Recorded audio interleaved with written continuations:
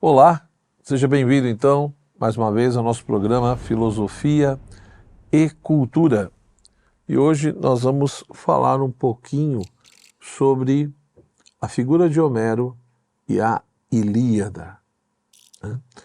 Ora, é interessante como vários autores estudiosos do mundo grego, do mundo antigo, eles usam a expressão, dizendo que Homero era o grande educador da Grécia.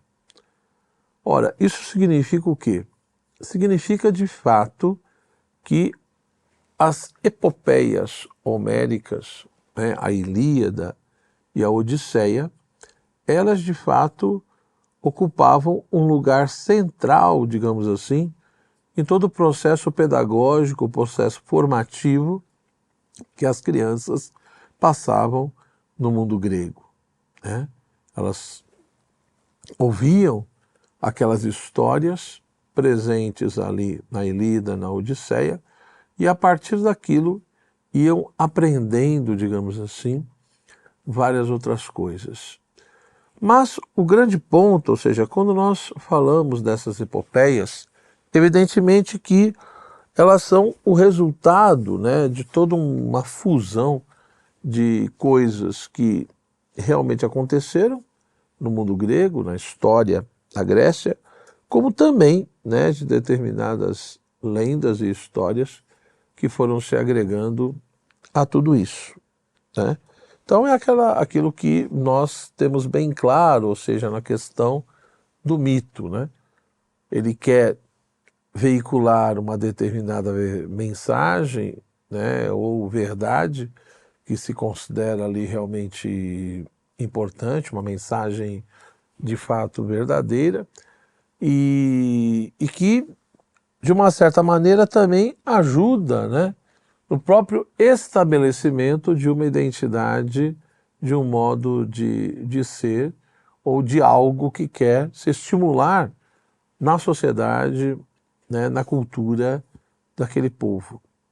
Quando nós pegamos as epopeias homéricas, nós encontramos justamente isso. Nós vamos encontrar, repito, vários elementos ali que têm uma certa dimensão histórica, com toda uma composição literária, com todos elementos de histórias, digamos assim, que foram sendo agregados a tudo isso e que não tem, muitas vezes, um fundo tão real no sentido de acontecimentos que tenham realmente ocorridos, né? Ou seja, no fundo, o que foi ocorrendo foi todo um processo de formação, e de derrocada das sociedades anteriores ao que se vai se conhecer depois pela própria Grécia Antiga, né? Então nós temos determinadas civilizações anteriores que vão dar origem depois a esse mundo grego, a essa civilização grega, como geralmente é mais conhecida, né? E o que nós encontramos na Ilíada e na Odisseia de Homero são justamente o quê? Ali na Ilíada e na Odisseia se conserva, por um lado, se conserva elementos, digamos assim, históricos, elementos realmente factuais que fazem parte, enfim, da história do povo grego, desse mundo grego, mas ao mesmo tempo agregado com um monte de lendas, de histórias e vivências, digamos assim, e que foram sendo agregadas junto com tudo isso para se formar os verdadeiros cantos, da Ilíada e da Odisseia. Mas antes de tudo isso, geralmente se discute muito quando se fala dessas obras, a questão homérica ou a questão de Homero, né? Então, praticamente ali no mundo antigo, na Grécia Antiga, ninguém duvidava da existência de Homero, né? Hoje existe muita discussão nesse sentido. Então, se Homero realmente existiu, quem foi. Então, enfim, tem pessoas que dizem que sim, tem pessoas que dizem que é um personagem criada, que que não foi um homem que realmente tenha existido. Da mesma forma, a discussão sobre a Ilíada e a Odisseia, qual obra foi escrita primeira, até que ponto é possível se afirmar que tanto a Ilíada quanto a Odisseia elas teriam sido produzidas por uma única pessoa, ou se várias pessoas, de uma certa forma, colaboraram na formação daqueles cantos, daqueles poemas, etc. Tá? Bom, o importante é nós termos claro que quando nós, de fato, né, pegamos ali, por exemplo, a Ilíada, né, que é um clássico da literatura universal, né, é algo que, querendo ou não, influenciou profundamente, né, o mundo ocidental. E, portanto, é importante nós termos, sim, um certo conhecimento da questão da Ilíada, ver realmente o que ela nos propõe, o que ela nos ensina, né, e o que ela indica ali, digamos, nos seus elementos essenciais. Muitas vezes existe essa ideia de que o grande tema, a grande questão da Ilíada seria a Guerra de Troia, né? E não é, ou seja, a Ilíada ela não abarca, ela não expressa, ela não nos dá a conhecer a totalidade dessa guerra, né? Ela não há de fato ali a sua origem e um monte de outros aspectos. Então, existe um certo consenso, sim, de que houve uma guerra em Troia, ou várias, né? Mas que o ponto central não é esse, ou seja, no fundo, o que o autor ali está querendo expor, naqueles cantos, naqueles poemas, não é tanto a guerra de Troia, né? A guerra de Troia talvez seja o pano de fundo no qual se desenvolve, digamos assim, a grande temática que seria a ira de Aquiles, a cólera de Aquiles, né? Aquiles que ali, de fato, é um grande personagem, né? É alguém que tem toda essa relação, por um lado, com o humano, mas ao mesmo tempo também com o divino, né? E, portanto, no próprio processo dos cantos, vai se explicitando de fato a origem dessa cólera, dessa ira. Por que Aquiles teria ficado tão irado, né? Então, um sacerdote de Apolo, chamado Crises, esse sacerdote, né, foi, digamos assim, reclamar, falar com Apolo, porque estava se sentindo realmente abandonado, prejudicado, principalmente porque teriam levado sua filha, né, de acordo com regras, digamos assim, princípios da época, questão de guerra, quem vencia determinadas coisas tinha direito, né, a possuir bens ou coisas ou pessoas, enfim, daqueles que perderam.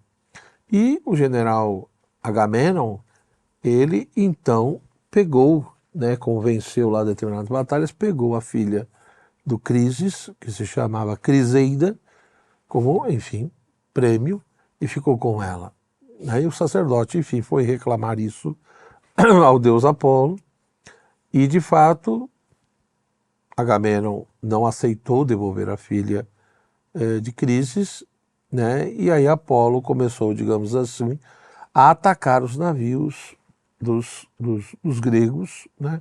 E os gregos começaram a perder em vários momentos da batalha, dos conflitos. Isso chama, evidentemente, a atenção, qual seria a origem dessa braveza, dessa cólera do deus Apolo. E aí Aquiles, enfim, vendo todo esse contexto, numa assembleia, né? E é interessante como ali aparece a figura do poeta, né? O poeta, aquele que de uma certa maneira tem algum dom especial para poder ver coisas que ninguém vê e falar sobre, principalmente sobre a origem das coisas. E esse poeta diz que a origem, de fato, da questão de Apolo é porque ele não foi atendido, ou seja, não devolveram a filha do sacerdote. Aquiles, então, procura fazer com que Agamenon devolva a Criseida, mas o Agamenon não aceita e coloca, enfim, só aceita devolver se ele receber uma outra moça, enfim, que estava ali na posse de Aquiles, que era a Briseida, né? Enfim, Aquiles também fica meio assim, não aceita tanto devolver a mulher que está com ele, mas no fim da história o que ocorre é que realmente Aquiles perde a Briseida, né, e a coisa ali vai se resolvendo em relação a Apolo, em relação ao sacerdote, porém Aquiles ele se sente profundamente ferido e ofendido na sua honra militar, né, nos seus direitos, etc. Ele então se esquiva e diz que não vai mais batalhar, não vai mais lutar a favor dos gregos. Ele se retira de toda a questão do combate. Aí tem toda uma narrativa que a obra vai explicitando, né? Ou seja, querendo ou não, os gregos vão perdendo em muitas situações, ou seja, em outras palavras, Aquiles evidentemente vai fazer uma falta enorme, né? Mas tem duas coisas que chamam a atenção na sequência que são importantes. Um grande amigo de Aquiles chamado Patroclo, Aquiles de uma certa forma, enfim, autoriza ele a participar ali da batalha, usando até as suas vestes, etc. E Patroclo vai ser morto em uma das batalhas, principalmente pelo grande herói, grande líder dos troianos, que era Heitor, né? Isso mexe muito com Aquiles, isso entristece muito Aquiles, e ele, então, ali, com a sua ira, com essa sede de vingança, ele volta à batalha, né, até, de fato, matar Heitor, né, e se vingar, digamos assim, da morte do amigo, né?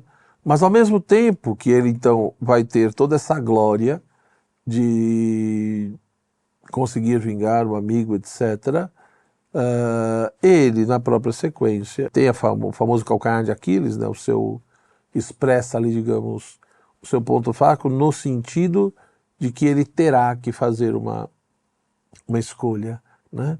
Ele terá que, digamos assim, escolher entre uma vida longa, né?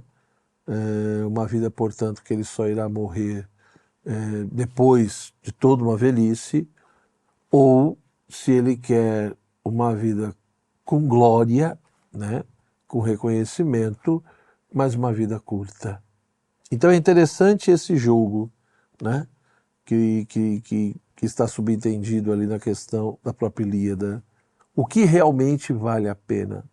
Viver muito, ter uma longa velhice, uma longa vida, mas sem glória, sem ser conhecido e reconhecido por ninguém, ou uma vida curta, mas com honra e com glória.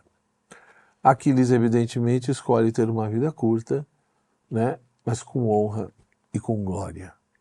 Porque o que adianta viver muito, né, e para se viver muito, você ter que abrir mão da sua honra, né, e, portanto, da sua glória, no sentido de toda uma excelência que você deve buscar na sua vida.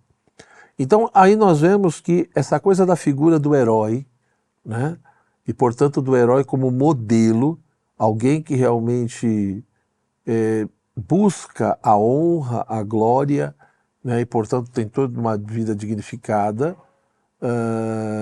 é apresentado, ou seja, por isso que Homero era tão lido e as crianças eram orientadas a partir dos poemas homéricos, justamente para estimular o quê, né?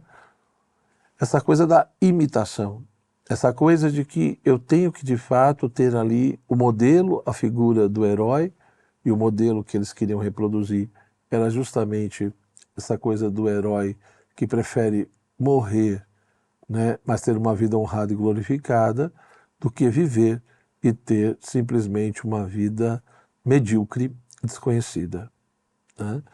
Então, nas epopeias homéricas, e a Ilíada, repito, é um grande exemplo disso, mostra grandes questões, né, que perpassam a realidade humana.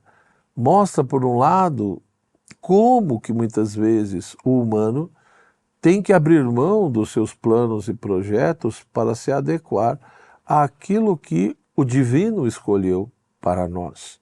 E Aquiles é um grande exemplo disso. Então, a Ilíada, e também com outras coisas ali que aparecem, nos levam a pensar sobre essas coisas. Ou seja, tenta veicular uma certa mensagem que consideravam verdadeira, no sentido de mostrar que o humano muitas vezes precisa se adequar à vontade, ao projeto do divino, né? Portanto, fazer ali, tomar uma decisão, levando em consideração não só aquilo que quer, mas dentro de um contexto e de possibilidades que foram estabelecidas não só e não tanto pelo humano, mas principalmente pelo divino, né? Da mesma forma que também mostra nesse uso que se fazia da Ilíada, etc., como que no princípio, né, no aspecto formativo, educacional, a imitação ela tem um poder e uma força muito grande. Como que, de fato, o ser humano, nesse seu processo de formação, ele precisa de referências, ele precisa de exemplos, ele precisa de modelos, para que a partir disso ele vá constituindo o seu caráter, a sua personalidade. Então, a Ilíada de Homero, ela nos possibilita pensar sobre todos esses pontos, né? Ela de fato chama a atenção para todas as questões e outras que eu nem mencionei aqui. Então, se possível, leia a Ilíada de Homero. Leia, né? Com certeza ela vai te ajudar a pensar muitas questões sobre a realidade humana, sobre o sentido da vida, sobre as escolhas que nós muitas vezes temos que fazer. Um forte abraço, né? Se você gostou aí do vídeo, da exposição, deixe a sua curtida, compartilhe o nosso vídeo e até o nosso próximo encontro.